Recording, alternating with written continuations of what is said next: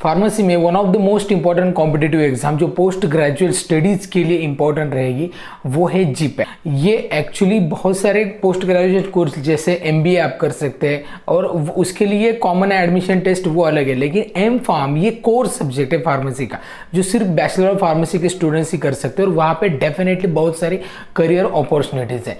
तो वहाँ पे आप एम फार्मेसी करने के लिए बहुत अच्छे नॉमिनेटेड इंस्टीट्यूट जो जीपैट के थ्रू जो स्कोर करते कैंडिडेट उनको ही रिक्रूट करते हैं। तो इसके लिए आपको जीपैट एग्जाम क्रैक करना बहुत ही अहम है। तो हर एक कॉलेज में जीपैट के लिए स्टूडेंट्स थर्ड ईयर से ही प्रिपेयर करते हैं, कोई फोर्थ लास्ट ईयर में प्रिपरेशन स्टार्ट करता है।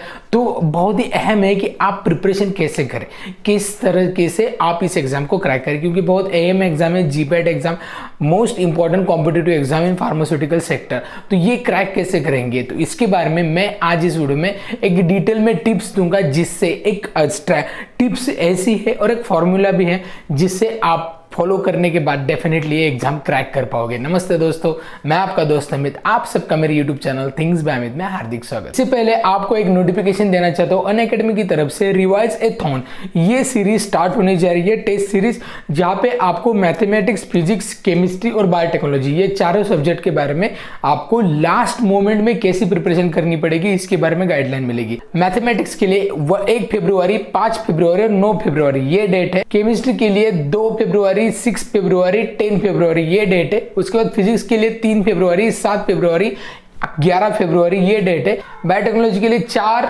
8 और 12 फरवरी ये डेट है। तो इस डेट पे आप ज्वाइन कर सकते हैं और इसका फायदा ले सकते हैं। फ्लैश कार्ड सीरीज जो स्टार्ट होगी 6 और 13 फरवरी को। तो यहाँ पे आपको बताया जाएगा टिप्स और ट्रिक्स, ये सब्जेक्ट कवर करेंगे मैथमेटिक्स, फिजिक्स, केमिस्ट्री और बायोटेक्नोलॉजी। सुबह 10 बजे से शाम को 10 बजे तक ये पूरी कंटिन्यू रहेगी। नेक्स्ट है डेली प्रैक्टिस पेपर। यहाँ पे आपको डेली टिप्स, ये पूरे जो सब्जेक्ट है मैथमेटिक्स, फिजिक्स, केमिस्ट्री, बायोटेक्नोलॉजी, इस पे डिटेल में आपको जानकारी मिलेगी। डेली क्या एक्टिविटीज करनी है आपको।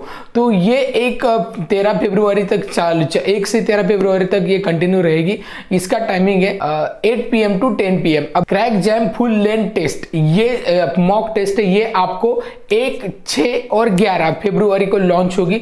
ये आपको 9 बजे सुबह से स्टार्ट होगी। यहाँ पे आपको मैथमेटिक्स, केमिस्ट्री, फिजिक्स और बायोटेक्नोलॉजी इसके बारे में डिटेल में जानकारी मिलेगी।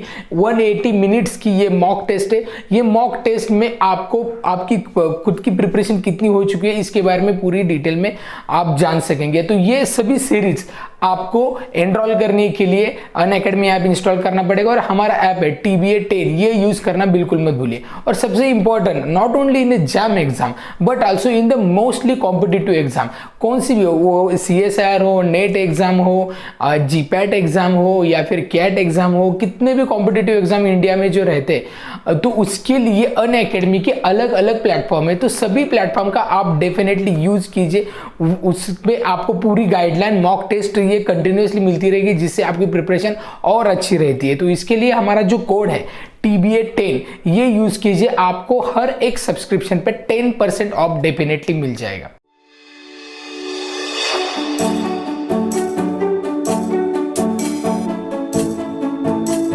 जीपैट एग्जाम क्रैक करने के लिए आपको पहले दिन से प्रिपरेशन करनी है। तो इसके लिए आपको 4 स्टेप फॉलो करने हैं। पहले है know your syllabus and subject, दूसरा है एग्जाम पैटर्न आपको देखना है, तीसरा है रेफरेंस बुक कौन कौन से ये देखना है आपको। तो ये स्टेप्स आपको फॉलो करने के बाद लास्ट है कि आपको प्रीवियस ईयर क्वेश्चन देखने वो फॉलो करने, क्योंकि बहुत बार ऐसा होता है कि बहुत सारे प्रीवियस ईयर क्वेश्चन हम जब चेक करते हैं तो कुछ सब्जेक्ट पे और कुछ चैप्टर पे बहुत ज्यादा फोकस किया होता है। तो वो क्वेश्चन कौन से चैप्टर से, कौन से कंसेप्ट पे, कौन से टर्मिनोलॉजी पे ज्यादा पूछा गया है, वो आपको प्रिपेयर करने में मदद मिलेगी कि आपको फोकस रहेगा कि हाँ इस कंसेप्ट पे ज्यादा क्वेश्चन पूछे जाते हैं। मैं इस वीडियो में लास्ट में बताऊंगा कि कौन से सेक्टर पे ज्यादा, कौन कौन से पॉइंट पे ज्यादा फोकस किया जाता है जीपैट एग्जाम पे। लेकिन फिर भी अगर आप रेफरेंस बुक से पढ़ाई तो करते ही है, लेकिन जब आप क्वेश्चन पेपर देखते हैं तो उससे आपको आइडिया ज्यादा आ जाएगी। तो ये तो स्टेप्स आपको फॉलो करने हैं, लेकिन मैं आपको एक फॉर्मूला बता रहा हूं जो आपको हमेशा फॉलो करना है। Not only this competitive exam, हर एक कॉम्पिटिटिव एग्जाम के लिए ये फॉर्मूला सबसे इंपॉर्टेंट है। तो वो फॉर्मूला है KDC। KDC मतलब नॉलेज, डेडिकेशन, कंसिस्टेंसी। आपको पूरा नॉलेज लेना है, बुक्स पढ़ के आप पूरा नॉलेज लेंगे। डेडिकेशन, रोज का मोटिवेशन आपको चाहिए, ये क्यों करना है आपको, आपका मेन एम होना चाहिए dedication. And last is consistency, बिल्कुल ब्रेक नहीं लेना है, ये आपको कंटिन्यूसली प्रिपरेशन रखनी है। ये फॉर्मूला अगर आपने केडीसी फॉर्मूला अप्लाई कर लिया तो 101% में गारंटी देता हूं कि आप ये एग्जाम इजीली क्रैक कर पाओगे। तो मैं अभी आपको बताऊंगा कि पहली जो स्टेप है, नो योर सब्जेक्ट। तो कौन कौन से सब्जेक्ट है, लगभग 18 सब्जेक्ट है, वो कौन कौन से वो देखते हैं। Pharmacology, then physical pharmacy, then pharmaceutical jurisprudence, then pharmaceutical management, then pharmaceutics, then pharmaceutical engineering, then biopharmaceutics and pharmacokinetics, then biotechnology, then pathophysiology, then physical chemistry, then biochemistry, then organic chemistry, then dispensing and hospital pharmacy, then microbiology, then human anatomy and physiology, then pharmaceutical analysis, then clinical pharmacy and therapeutics, and last is pharmaceutical chemistry. Exam pattern के बारे में बात करते हो तो लगभग 3 घंटे की एग्जाम है, ये ऑनलाइन एग्जाम रहती है। तो यहाँ पे 125 क्वेश्चन दिए जाते हैं और 500 टोटल मार्क्स इसके काउंट होते हैं। तो हर एक मार्क्स, राइट मार्क्स के लिए 4 आपको मार्क्स दिए जाते हैं। एक क्वेश्चन सही आ गया तो 4 मार्क्स आपको मिलेंगे, लेकिन गलत आ गया तो निगेटिव मार्किंग भी -1 भी यहाँ पे होता है। तो ये एग्जाम पैटर्न है। बात करते हैं रेफरेंस बुक्स की, कौन कौन सी बुक्स आपको रेफर करने हैं। फार्माकोग्नोसी के लिए आपको सीके कोकटी इनकी बुक आपको रेफर करनी है। देन फार्माकोलॉजी के लिए इसेंशियल्स ऑफ मेडिकल फार्माकोलॉजी, ये है केडी त्रिपाठी जी की, इनको फॉलो करनी है।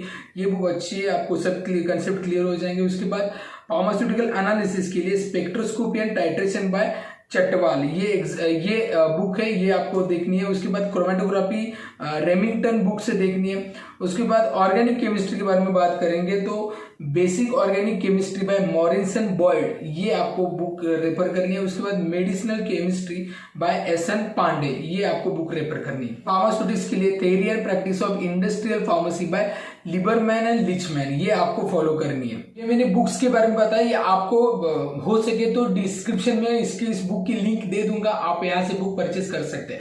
तो आप ये तो बुक्स हो गया। अब आपको प्रीवियस ईयर क्वेश्चन देखने, तो प्रीवियस ईयर क्वेश्चन में आपको कुछ न्यूमेरिकल क्वेश्चंस हो गए जो यहाँ पे इक्वेशंस के बारे में ज्यादा पूछा जाएगा, तो वो आपको प्रिपेयर करने। देन फार्मास्यूटिकल एनालिसिस में मास स्पेक्ट्रोस्कोपी के बारे में, यूवी लाइट के बारे में, ये आपको पूछा जाएगा। तो अब मैं आपको कुछ सब्जेक्ट टू सब्जेक्ट बताऊंगा कि कौन सी चीजों पे ज्यादा फोकस करना है। फार्मास्यूटिक्स, ये सब्जेक्ट से स्टार्ट करते हैं। तो यहाँ पे टाइप ऑफ मेडिसिन के टाइप, जो type tablet, capsule, syrup, emulsion, suspension, ये जो टाइप है, वेरियस टाइप्स, तो ये आपको कवर करने हैं इसके बारे में। Next kinetic, drug stability, biopharmaceutics, इसके बारे में आपको जानना है। तो ये हो गया आपका फार्मास्यूटिक्स के बारे में। उसके बाद फार्माकोलॉजी में आपको adverse drug reaction, mechanism of action देखनी है, और फार्माकोकाइनेटिक्स, फार्माकोडायनेमिक्स, इसके बारे में आपको जानना है। तो ये मेनली फार्माकोलॉजी, लगभग 25% फार्माकोलॉजी से क्वेश्चन यहाँ पे पूछे जाते हैं जीपैट एग्जाम में। तो ये आपका फार्माकोलॉजी हमेशा अच्छी तरीके से प्रिपेयर रह रहा होगा।